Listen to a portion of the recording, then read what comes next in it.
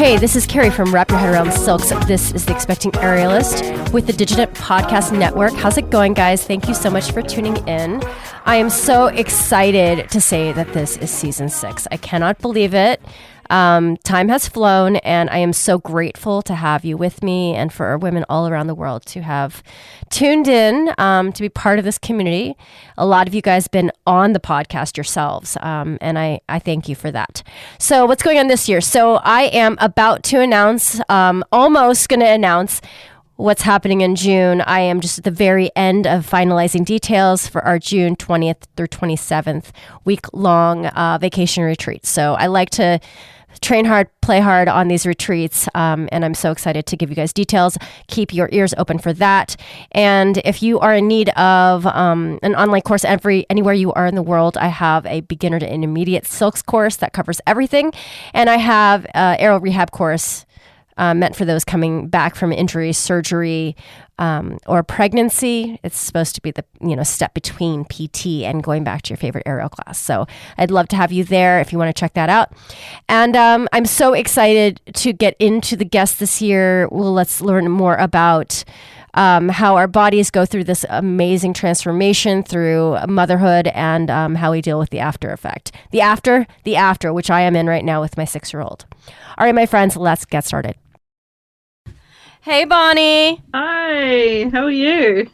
Oh my God, please forgive this hot mess. I'm in my recording studio, which is a closet, and my kid decides she wants to be in here with me because I'm eating my lunch, my pepperoni pizza.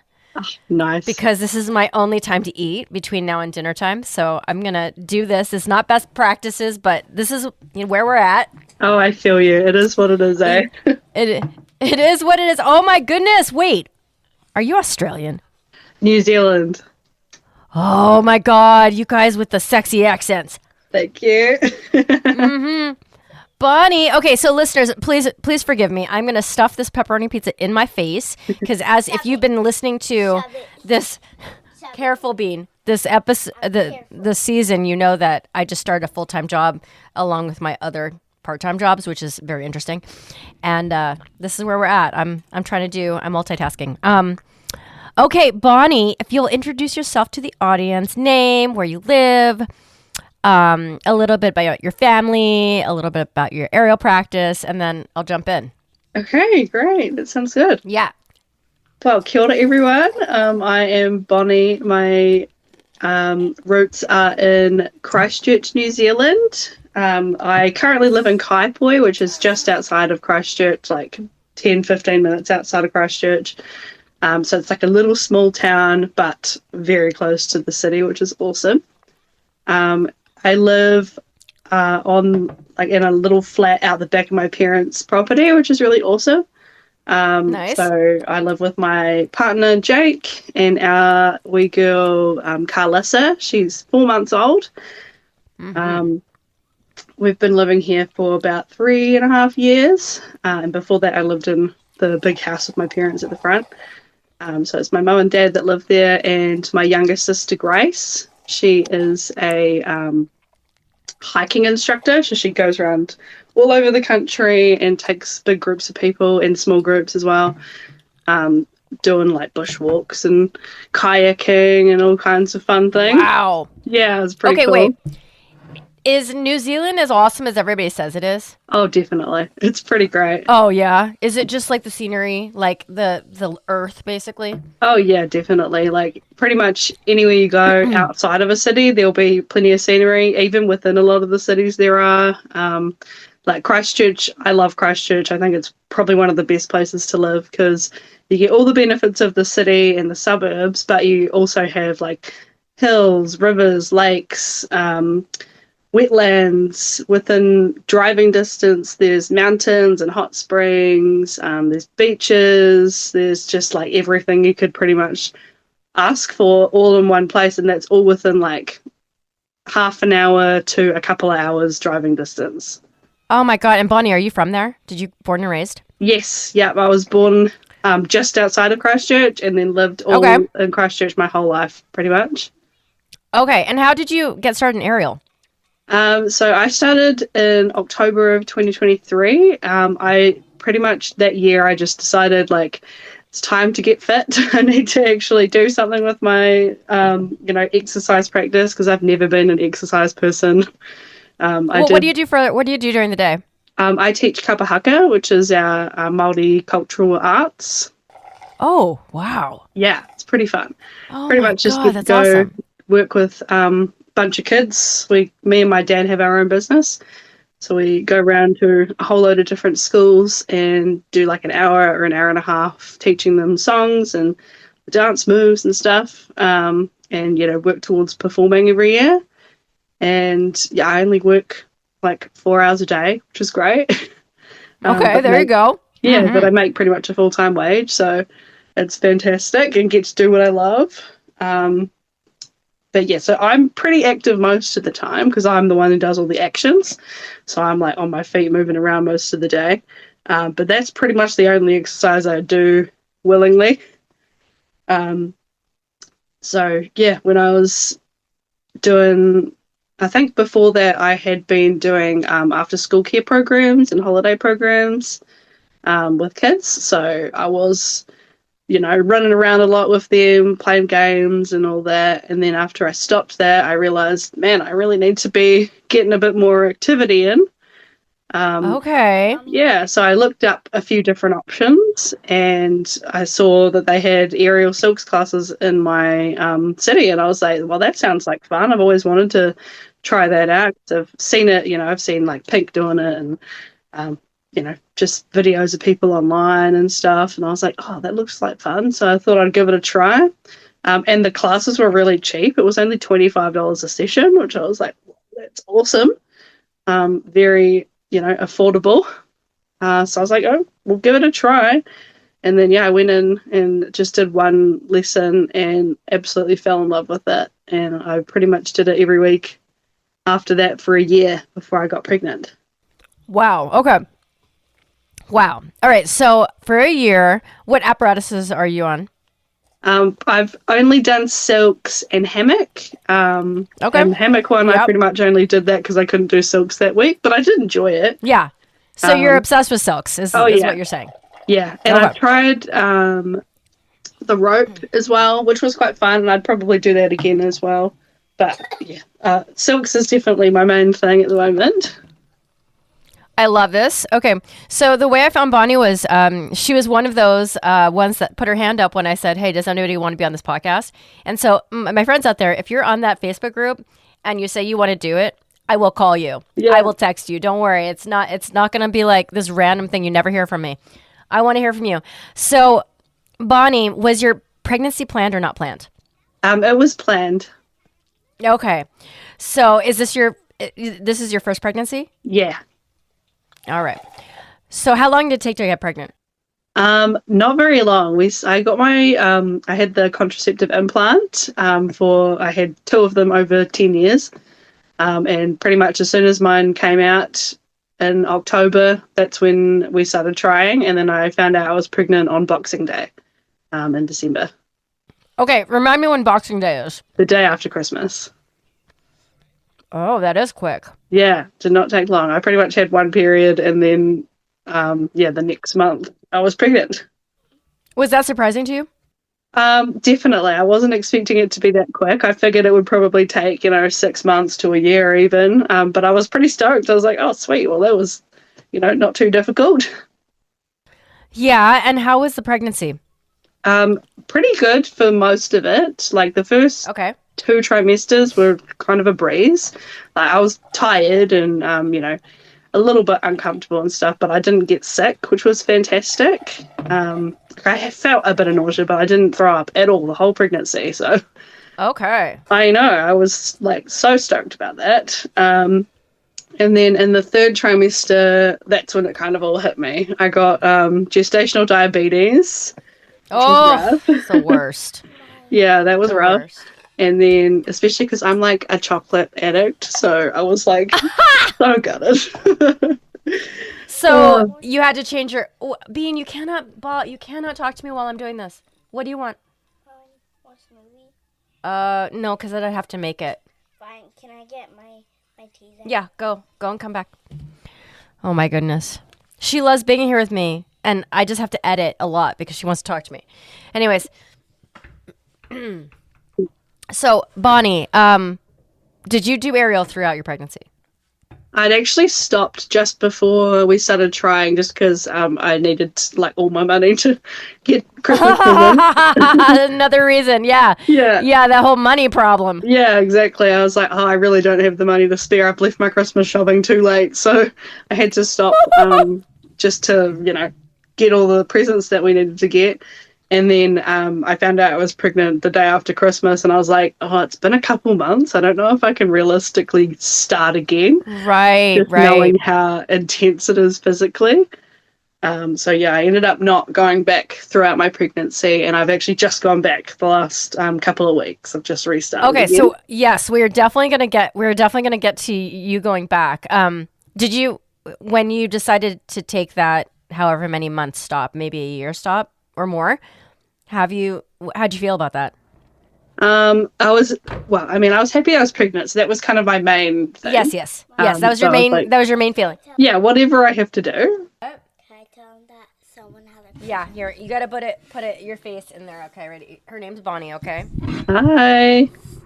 Someone has a crush on me at school. Pardon? They have a crush on me at school. On you? No, not on you. You guys, it's so cute. Here. Yeah. Okay. You mean it's gross? Is it gross? Yeah. Oh my goodness. But She's in kindergarten, folks. Starts early. Apparently. Oh, nice. So I've been doing this podcast for 6 years now. 600. And she used to be breastfeeding on my boob while I did the podcast. By the way, you have a podcast too, right, Bonnie? Yeah. We're going to talk about that. So I love listening to her little voice grow up over years on this podcast because she was sucking my boob and now she's talking about some little boy having a crush on her. So I think it's super cute. Yeah, it's super cute. Did you tell Papa? Yeah. What do you say? He said to not have a crush on him. Oh, he said, do not engage. Of course. Yeah, that's great. Oh my God. Yeah, that's so typical. That's always a typical dad response, Bean. That's a Papa Absolutely. response, okay? Oh, I know, that's the way it's convinced he's going to be blocking all the boys. Yeah, I mean, Bean, he's going to give you that response till you're 18 years old, okay? Maybe 40. Maybe 40, exactly. So you were really happy you were pregnant. So the whole like missing out on aerial, you were like, oh, I'll get back to it. Was it okay? Yeah, pretty much. Like I was sad that I couldn't do, carry on. I was hoping I would be able to keep doing aerials for, the first couple of trimesters maybe, but because I had that break and I remembered how it was when I first started and I was sore in places I didn't know had muscles. Yes, absolutely. Yeah, I wasn't sure that I was willing to put myself through that to go back and start again. So I was like, oh, it seems like a very common sense, rational thought process. So many of us don't have that. So I applaud you for being rational about the whole thing. And then the actual birth, did you have a birth plan? Did it go to plan? Did it go sideways? What happened? I had a birth plan, but that kind of all got thrown out the window when I had the gestational diabetes. Okay, yeah. So you had to change your diet. Yes, I had to change my diet. Like not eating what I'm eating right now, my pizza. Yeah, I had to change my diet, which was hard for me because I'm definitely a big sugarholic, particularly a chocoholic. So I had to really find all these sugar-free options, which were not as good. But, they set aside the craving, so at least there was that. And then because I had the diabetes, I had originally wanted to give birth in a birthing unit rather than the hospital, just because I'm not a big hospital fan. But yeah, once I had the diabetes, they were like, sorry, but you're going to have to birth at the hospital. We have to have all these monitors on you. And, the baby will have to be monitored after she's born and all this stuff. And I was like, oh, okay, I guess I'll just have to suck it up then. Mm-hmm. Yeah. So that was kind of rough. Okay. And then when you got to it, did baby come out like baby was supposed to? Yeah, so the actual birth was great. I was induced on my due date, which I was worried about and thought it would be scary, but it was actually kind of great because it just made everything go faster. So I wasn't in labor for as long as I probably would have been. Did they induce you because of the gestational diabetes? Yeah. Yeah, because if you get gestational diabetes, they don't really want you to go past your due date. So they'll either induce you like a week or two before or by your due date, if you haven't already gone into labor. And apparently when I got there, they like examined me and stuff, and they were like, "Oh yeah, she's ready to go. Like she's ready to come." Yeah. So Yeah, I pretty okay, much just yeah. excelled the process rather than started it from scratch. So Got that it. was good. But yeah, I was actually kind of enjoying the induction process because it meant everything just really like came through quite rapidly. So I wasn't sitting there, dealing with contractions for days on end. It was just the one day, and I got there at 7 a.m. They started me on my medicine by like 7:30, and then she was born at 11 p.m. Oh my God, you had like the fast food version. Yeah, Baby just came out. pretty much. Wow. Okay. So did you have an epidural? No, I didn't. Oh, so tell me about that. What'd that Yeah. feel like? 1 to 10 of your worst pain in your life. Oh yeah, definitely pretty rough. Definitely. Okay, got it. But it was quick. It was fast. It was. It wasn't a long time. I wanted to try and go unmedicated as long as I could. So I made it until about like 6 or 7 p.m. without anything, which I thought was pretty good.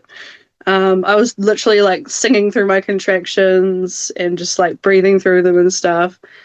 And then, once they sort of really started to ramp up and I was getting quite sore, I asked to have some kind of pain relief and asked what options were.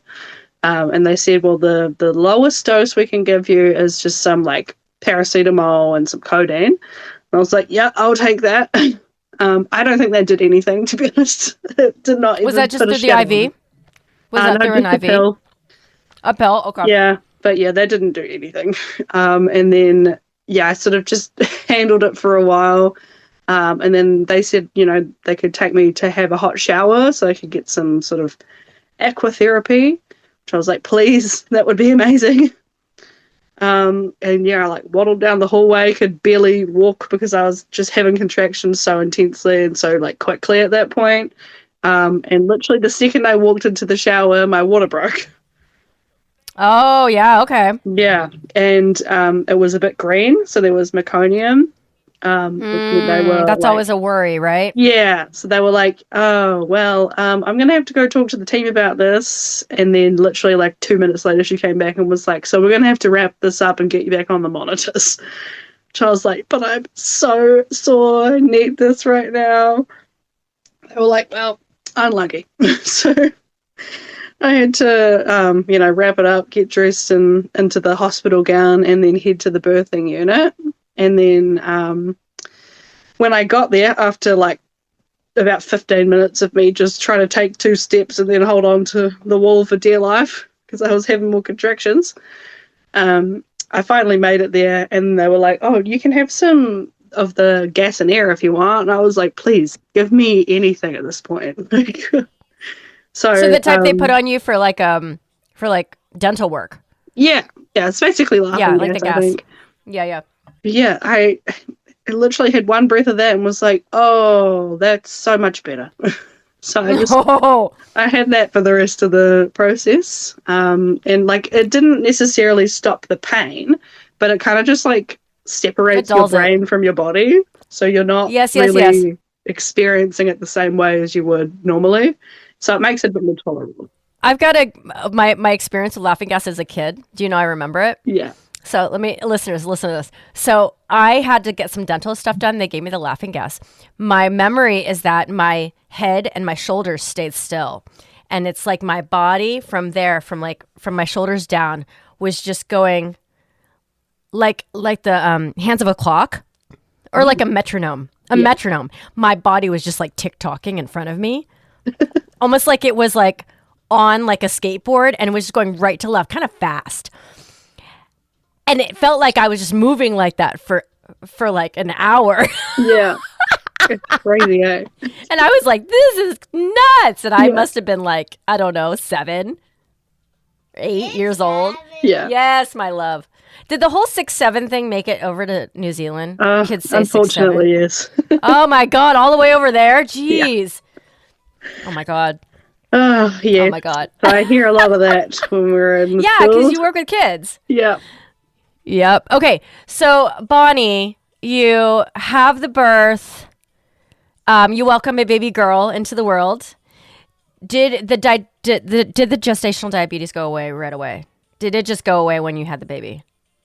Well, I'm hoping so. I still have to get my blood test to find out. I need to book that, actually. But I've been too nervous. But that's not going to So it didn't go away yet because it's been like 14 months?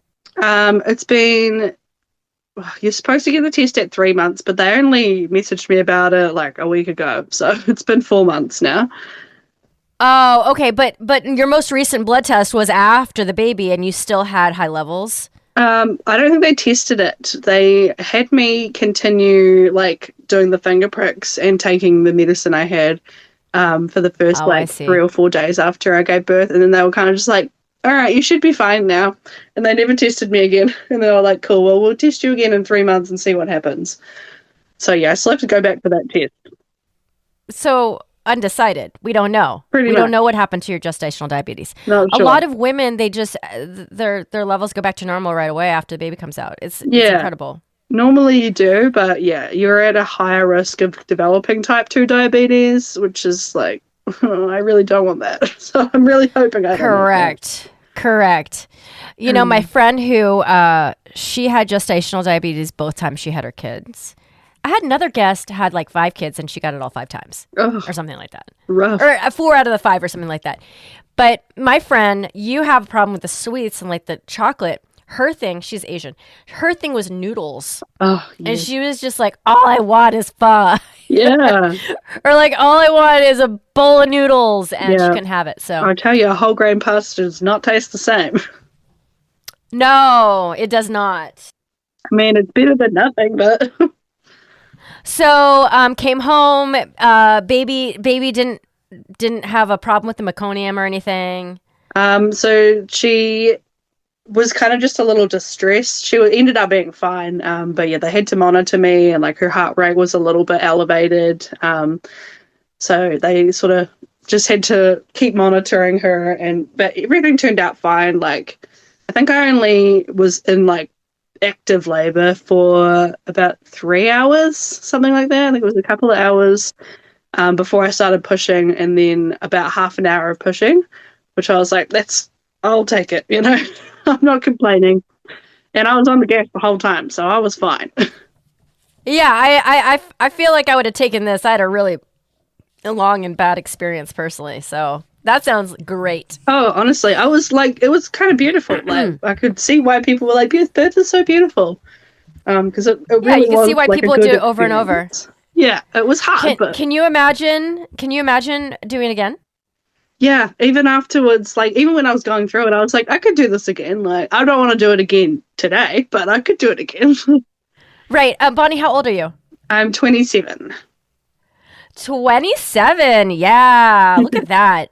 I had my kid, the one who's right here. She came out of me when I was 42. So people ask me all the time, are you having another one? I was like, I think my body is just going to completely. You're young. Oh, thank you for saying that. But that's not true. Not. Yes, thank you. I know. She said you're old, mommy. I'm not in my prime birthing years. We'll say that. Bonnie, so are you? What's your experience being that first year being a mom, or even like fourth trimester? Fourth trimester for me was really hard. Yeah, I think I've had it pretty lucky. My baby sleeps well, so that makes a huge difference. Oh, see, it makes a huge difference. Yeah, it makes a How about the huge breastfeeding? difference. Did the baby just magnet tile to your boob? Oh, we had a bit of a rough go with the breastfeeding at first, because after I gave birth, I had retained placenta, so I had to be rushed to surgery. Oh. Yeah, and I literally woke up in the ICU with like a tube down my throat and all these machines attached to me and stuff, and my baby wasn't there. How long after you left the hospital the first time? I think I was there for a week. Like I stayed in the same hospital I birthed in for 3 days, I think, and then they moved me to a like birthing unit hospital closer to my house, and I stayed there until like a week after she was born. So yeah, it was kind of a lot, but Yeah. yeah, I couldn't hold her for the first 3 days because I had IVs in my arms still. Wow. Yeah, so I could only hold her if they like put her on me. So yeah, I couldn't pick her up or anything. Every time she woke up, I had to either get my partner to bring her to me or call one of the nurses to get her.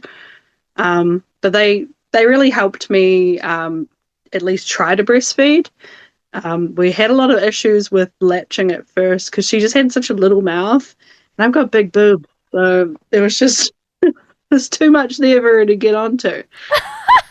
Too much to bite. It was hard. But yeah, she like the nurses, especially at the birthing hospital, they really helped give me lots of tips, and they would physically hold my boob for her and be like, "Here you go, that's how you do it." The whole boob sandwich situation, right? Yeah. So we had a few successful feeds, but most of the time I ended up having to give her a bottle.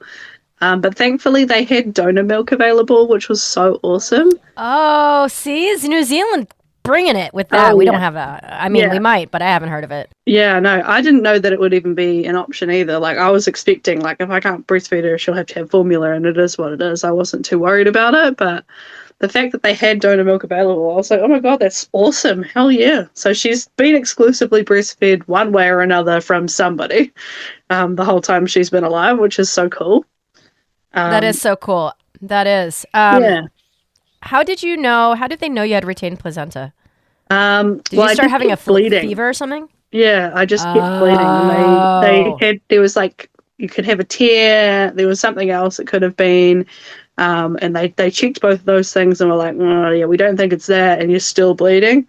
And then they were like, oh, we're going to have to take you to surgery to check it out and, remove anything that hasn't come out and, stitch you up and all of that. And then they were pretty much like, oh, we can either knock you out or do a spinal, kind of like an epidural. And I wanted them to knock me out because I was really exhausted after that. Like, I just felt like I just wanted to go to sleep. But I figured, probably the best option would be the spinal so that I could still be there for my baby and not be knocked out. So I said the spinal, even though I didn't really want to do it. But yeah, within about 2 minutes after I'd agreed to do that, they were like, yeah, that's off the table. Your blood pressure is absolutely tanking, which was why I felt so exhausted. So they pretty much had to rush me straight in and put me under, which was, a bit freaky. So they had to put you under for surgery as exploratory because they didn't really know what was causing the bleeding. Yeah, pretty much. After birth, we bleed anyway because there's so much blood in our body that needs to come out, but you were like bleeding. Yeah, well, they said that I lost 3 liters in total. So I think I lost about 1.5 liters just on the birthing bed, and then I lost another 1.5 liters in the theatre. So they had to give me blood transfusions, and I think they gave me an iron transfusion as well. Wait, wow. It was kind of intense. I was asleep for the whole thing, so it really didn't affect me that much, but everybody else was kind of terrified. Like, my partner really took it hard. He was really upset and really worried about me. My midwife is my cousin's wife, so she's like really close in our family, and she was really worried about me, and she got quite upset as well because that doesn't usually happen in a birth. I think it's only happened to her once or twice before, but never with family. So yeah, she took it quite hard. Thankfully, my mum, she said she didn't have a bad feeling about it, so she wasn't actually worried. So she ended up looking after the baby, and my partner came with me after the hospital, after the surgery, because he was with baby while I was in surgery, and then once they took me out and took me to ICU, they asked if anyone wanted to come with me, and he was like, I'm coming. So yeah, my mum ended up looking after baby for the first night.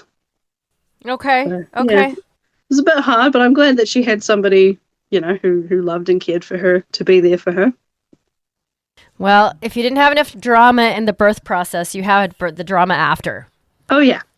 That's For the sure. thing. I had such an easy pregnancy that I kind of understand, you know, It's like, it has to something's go coming wrong for me. somewhere along the line. You can't have it easy breezy the whole time.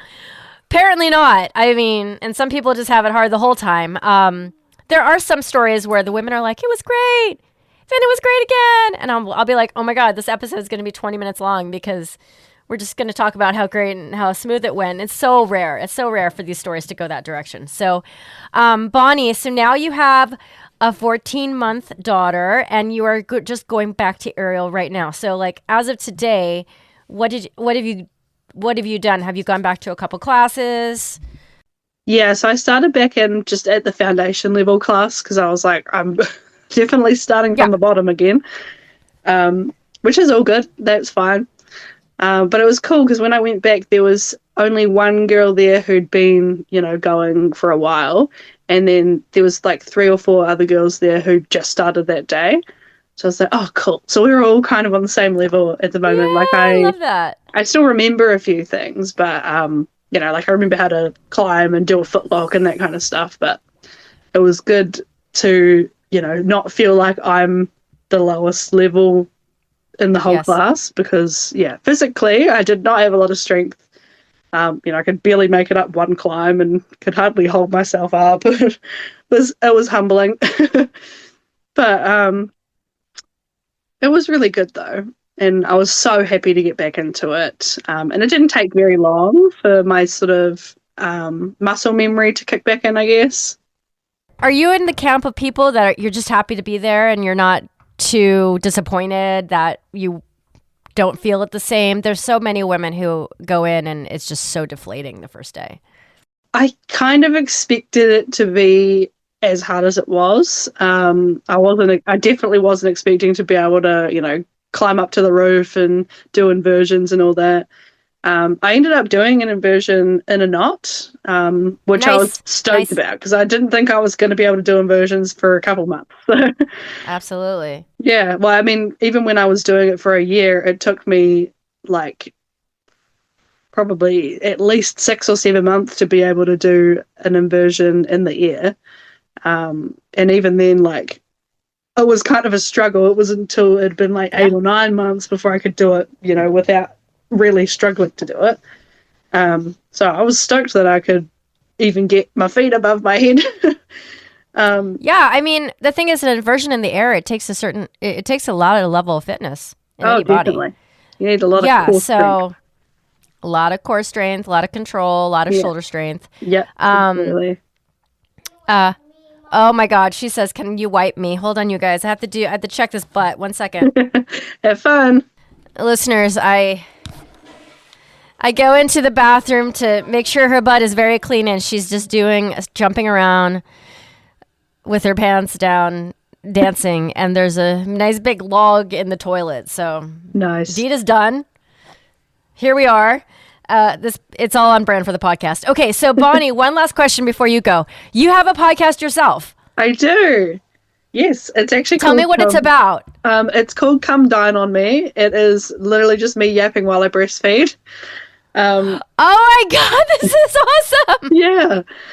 That's why when you said that, you know, your daughter used to be on the boob while you're on the podcast, I was like, oh my God, relatable. So wait, what do you talk about and who do you bring on? So far it's just been me. I've only done about like 6 or 7 episodes. I only started just after my daughter was born. I think I've done I did a Halloween special, just like talking about, you know, Halloweens have passed and what I wanted to do this Halloween. I did a Christmas special, same sort of thing, like talking about Christmas traditions. I've done the 3 parts of my birth story because it was like, I love it. So I did like my pregnancy, the induction process, the actual birth, and then I haven't posted yet, but I've got the the aftermath ready to go. So that's like the more in depth of, you know, the surgery and being in the hospital and things like that. And I'm currently editing. What am I editing right now? Oh, the New Year's, like my New Year's resolutions and stuff. Oh my God. Are your friends and family totally into this podcast? I hope so. Nobody talked to me about it yet, but I hope that they like it. My friends and family do not listen to my podcast at all. I'm telling you, once in a while, but very, very, very seldom. It's the other people that I'm trying to get. They don't care at all. Yeah. Oh, I'm definitely not like super poppin' just yet, but that's okay. Like I've only started it not that long ago, so yeah, you're doing it for yourself. I love it. Yeah, I definitely Bonnie, do it for fun. I love this. If I ever come to New Zealand, I'll hit you up because let me tell you. Are you going without me? No, listen. If I go to New Zealand, I'll take you. Okay. Good. But How what? much our flight? Okay, that would be very far. That would be the farthest we could actually go. What hour? Pretty much. How many hours? How many hours from the States to New Zealand? Oh, it's definitely at least like 17-hour flight, I'm pretty sure. 17-hour flight, she says. Yeah, maybe more, depending on where in the US. Like from the other side, probably longer. I'm in Texas, so you got to add like a couple hours to LA, and then you fly from there. But Bonnie, it's great to meet you. I love that you're part of this worldwide family now. Thank you for coming. Thank you so much for having me. It was awesome. Thank you so much for tuning in today. If you would smash the 5 stars and leave a review, it means the world to me. It's so important for the algorithm, etc. If you get a chance to listen to The Artist Entrepreneur, it's on this feed on Thursdays. It's me, Noah Dock, and Amanda Ritchie talking about having our artistic businesses and balancing everything. It is probably maybe the funnest hour of my week with my friends, and I hope you enjoy that as well. So check that out, and I will see you guys next week. If you want to be on this podcast, reach out. I'd love to talk to as many of you as I can. All right, my friends, have a great day. I'll see you next time.